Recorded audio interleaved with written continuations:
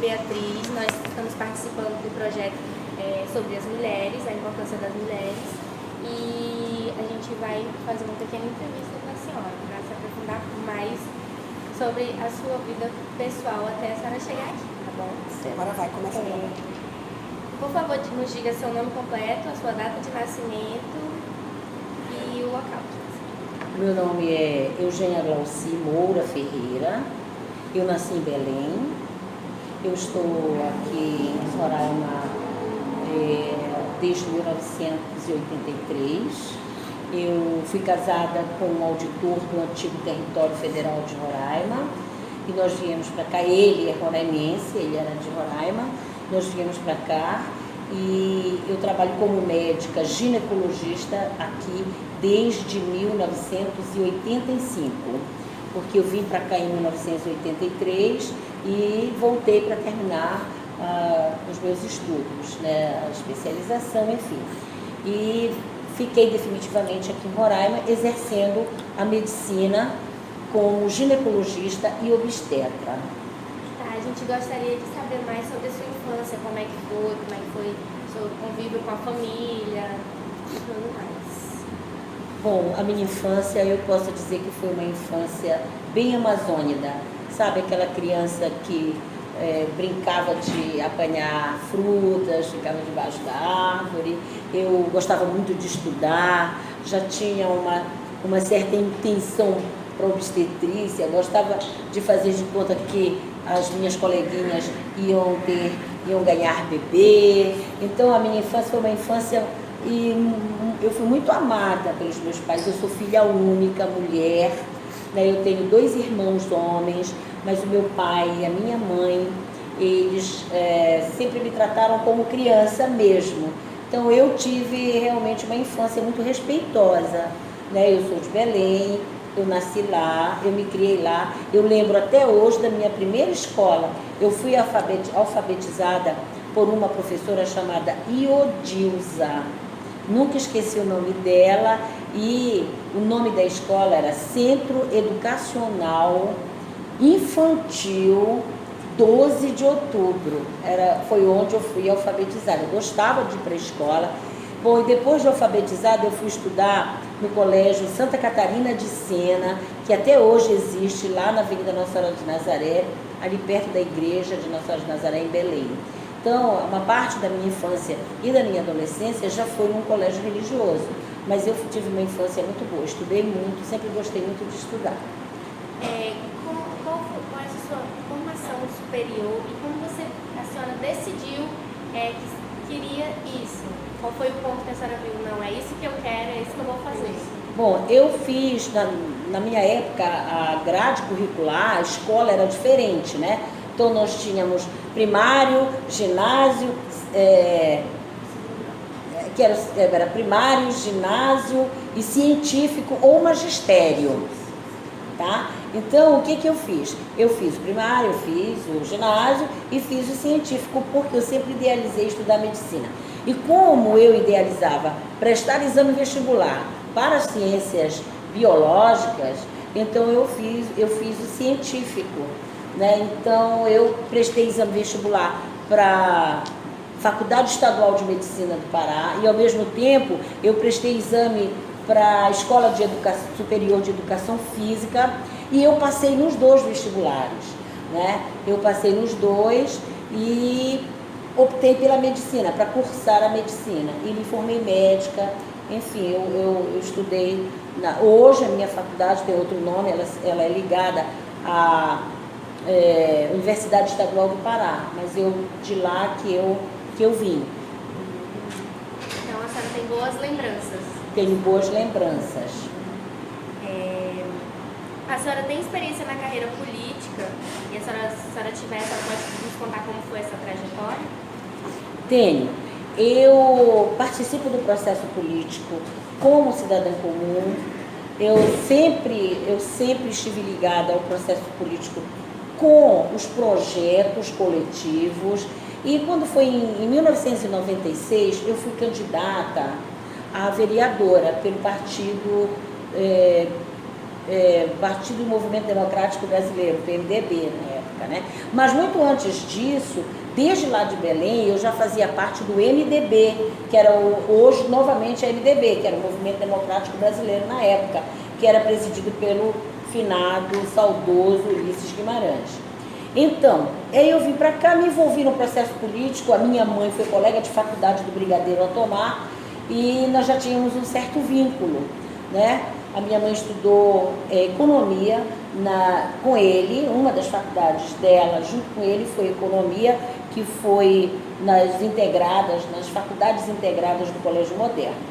E eu já tinha esse vínculo. Quando eu cheguei aqui, mesmo na época do território, eu já estava envolvida no processo político. Tanto que, em 1985, eu acompanhei a eleição do Brigadeiro Otomar e da Marluce para a Câmara Federal. Né? Eu já estava ligada aqui no processo político. Em 1986, em 1996, quero dizer, eu fui candidata a vereadora pelo PMDB e fui a vereadora mais votada dentro do meu partido, né? E participei do processo político e depois eu não quis mais entrar nesse processo, eu fiquei tranquila e continuei fazendo política de bastidor. Eu não tenho cargo eletivo, mas eu já tive como vereadora.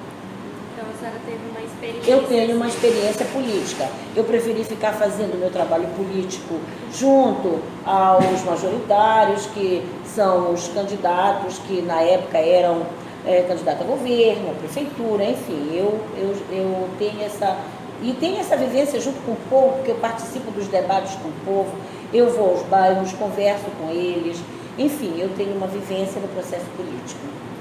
Agora a senhora poderia falar um pouco das suas ações como médica e secretária da saúde que impactaram na saúde da mulher em Roraima? Claro. Veja bem, quando você participa de um cargo político, porque o secretário de Estado, ele está ali para executar as políticas públicas definidas por um processo político. E para isso ele precisa ter um nível técnico muito grande, né? Então eu, quando fui secretária de saúde, vamos falar por agenda. Primeiro, eu usei indicadores de necessidade. Nós tínhamos um problema muito sério relacionado, por exemplo, ao doente de câncer, né? Aqui, as pessoas acometidas pelo câncer, elas não se tratavam aqui, porque tinha apenas aqui um serviço de quimioterapia, mas que não atendia as pessoas. E o que eu fiz? Eu montei o serviço de oncologia, que hoje tem o nome de UNACOM.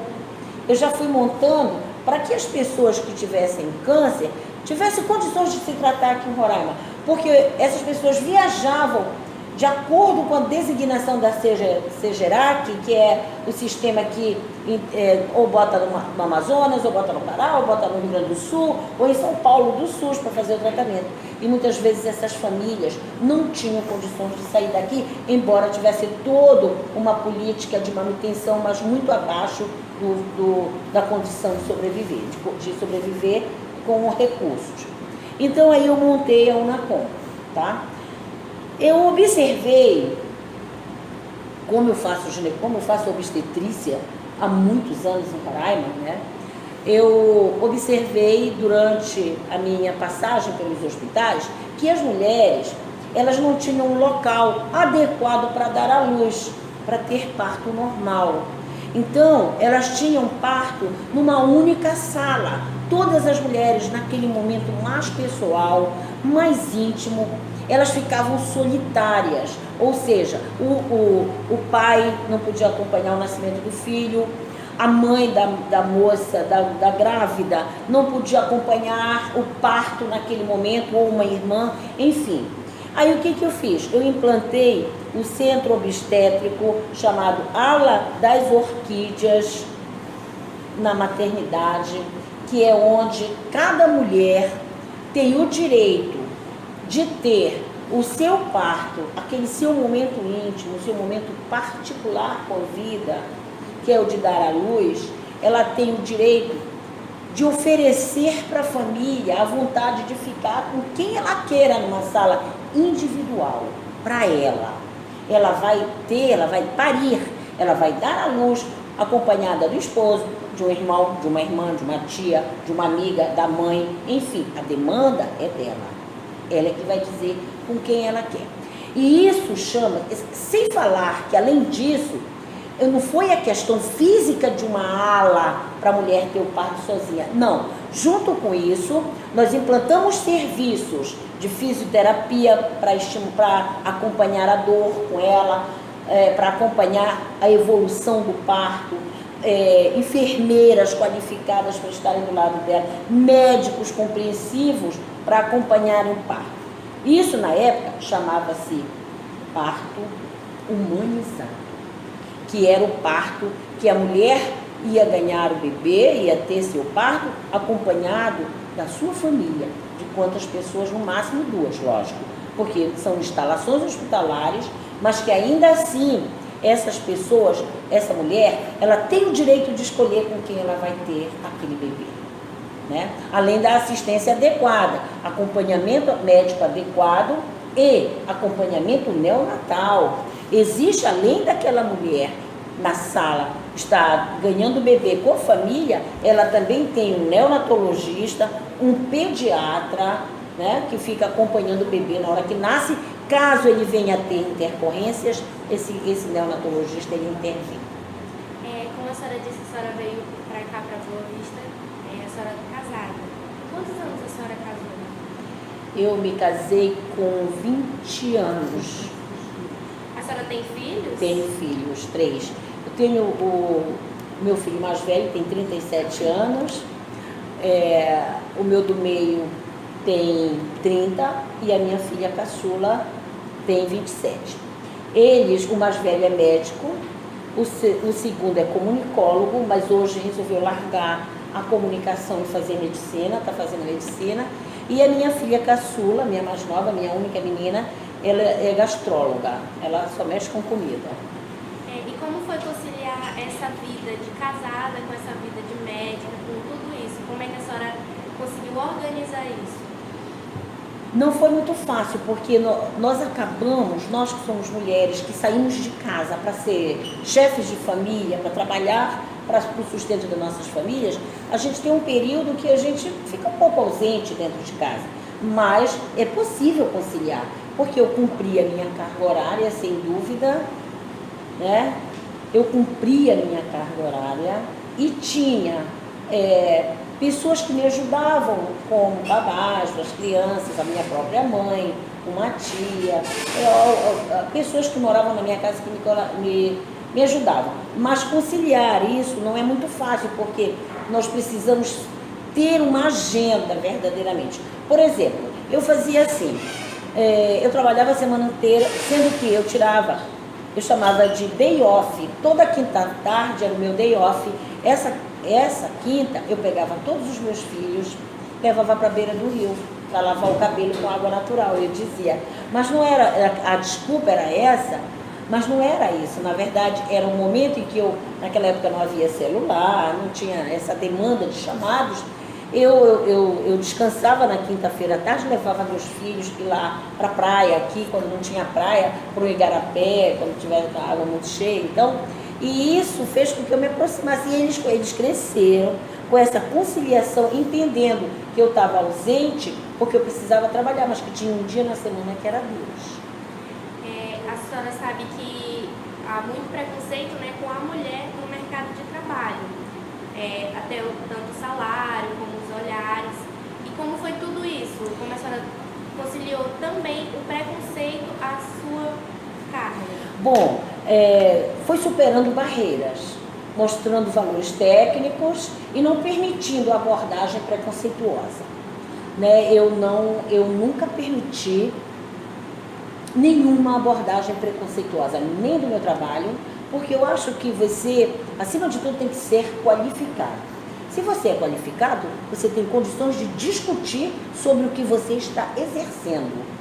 E a outra parte é esse espírito libertário que eu tenho, de que cada um tem que fazer o que quer.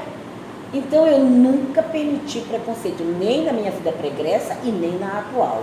Eu nunca permiti que houvesse preconceitos, abordagens preconceituosas comigo. Nunca permiti. mas eu me escalo no processo. Eu não me coloco atrás, eu sempre estou na linha de frente de todo, seja como cirurgião, seja como política, seja como mulher. Eu não permito abordagem preconceituosa comigo. A senhora tem ou teve alguma mulher ou mulheres que serviram de inspiração para a senhora?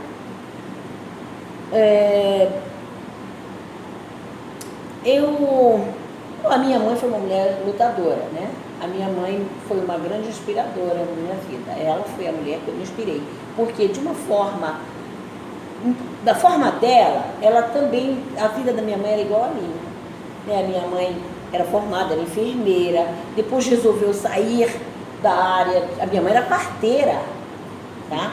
E depois ela foi estudar outras áreas. A minha mãe era economista, a minha mãe era administradora de empresas, a minha mãe era bacharel em direito. Então, ela resolveu estudar e eu me inspirava nela. A palavra de ordem, o momento mais íntimo que a gente tinha na família era a minha mãe chegando do trabalho, uma mesa arrumada com vários livros em cima para a gente estudar. O primeiro presente que me chamou a atenção na vida da minha mãe, apesar de tantos presentes, foi um livro. Eu estava saindo da quinta série para o ginásio. E o nome do livro era Passe na Admissão, que era o nome. E ela me deu de presente esse livro.